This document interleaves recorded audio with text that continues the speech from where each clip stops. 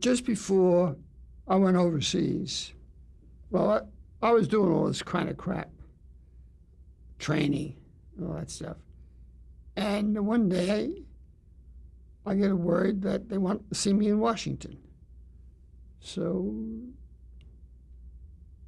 I go to Washington, to the headquarters, and there's a colonel, and he says to me, "They want you in London at once."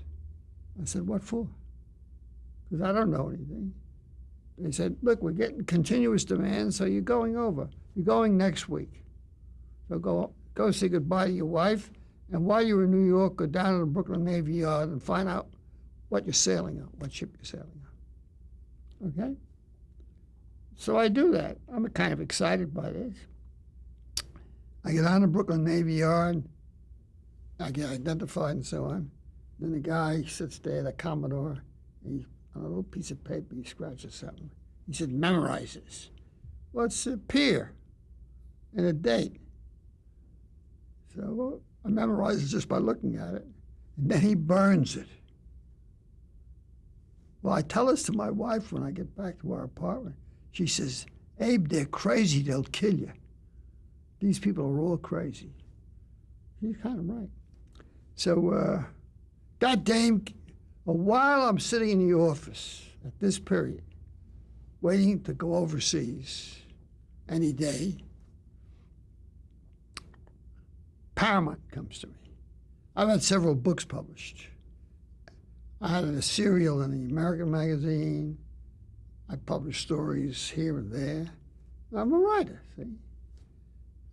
And they come to me with a 5-year contract, which they can renew every year, but I'm stuck for 5 years if they want me to be. But they can get rid of me after each year, see? And it starts at $250 a week or $350 a week, and every year it goes up. So it's not bad. So I sign it, even though I know I'm not going to be there to go to Hollywood, to Los Angeles the next week. I'm going to be going. But I signed it, and then I went and told General Donovan. I said, "I know there's a law that says if you have a contract and you go overseas, they have to live up to it if you come back." So I'm guaranteed a job at Paramount. He says, "That's very good, and we'll use that as a cover story." So you go down to he writes a letter to Paramount, and he says to me, "And you go down to the Air Force base there, and they're flying back and forth across the continent. The Army and Navy are, with their planes. Other people can't do that. They got to go from town to town by plane. But the Air Force has got planes that go right there. And I get on one of those. I go to California. I show up at Paramount. I give them the letter. And the letter says, "Issue a story to the press that you are sending Polonsky to London to cover the air war in the documentary." So that's the story that goes out. The day comes to go sailing, see? So my wife wants to come to the pier with me. I said, "You can't, it's a secret." She says, "Abe, I'm telling you, they're crazy. It had nothing to do with that." And she's right. We go to the pier. There's a 50,000-ton Dutch passenger liner, and it's taking a whole division of American troops abroad. And there's the Army, the Navy, the Air Force, the press, photography, speeches, bands playing. It's a big, a ship is sailing with American troops for Europe. And that's what I'm going on. Oh, my wife says it's a good cover, isn't it? I guess so. Anyhow, so I left her. We sailed, we crossed in about 5 days, going north of Ireland, where we pick up air protection and ship protection and so on. And then we land in Scotland. When it lands in Scotland, a man comes aboard from the State Department to pick me up. But of course, we go down to London on the same trains that all the soldiers are going down. And when I arrive at London, they've got a car with a military driver.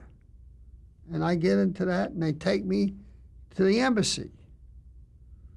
I get to the embassy, they photograph me, and they give me an embassy number, an identification, because I'm a civilian. And my brother told me, don't ever take any military job they offer you as a real job. He says, because if you're a civilian, you can say no and get out. But if you're in the army, there's no saying no. So when they offered to make me a major, I said, no, I'll be a civilian. So anyhow, I arrive and I said, where's the OSS? He says, around the corner on Brook Street. They're waiting for you. Man, they're waiting for me to what? To rescue them from the whole war? This does make sense. Sounds like the OSS. Crazy, right? Well, I come to the OSS headquarters on Brook Street. I show them my thing. They're waiting for me. Send me up to the third floor. I go there. I open the door. In the room are two colonels and a major. Polonsky, are we glad to see you? How do you like that? I can't figure out why, but great. He said, we needed someone like you who's an expert in the Germanic languages. I said, what?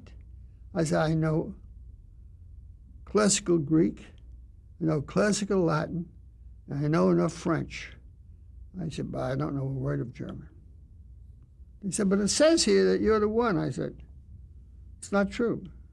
And now they go into, they're making telephone calls. About a half hour goes by, I'm still standing there. I said, what do I do now, go home? And the guy, without turning around, says, stick him with the British. So I end up with the British Intelligence Service, where they train me in black radio operations, right? And since they figure I'm a radio expert, which I have some experience in anyhow. And what black radio operation simply means, when the German station goes off the air, immediately you're on the air as if you are the German station. And we know when a German submarine goes down, we know who's on it because we broke their code. We know who got killed. And we're broadcasting the real news that German people want to hear. What happened to my son here, my son there, we got it.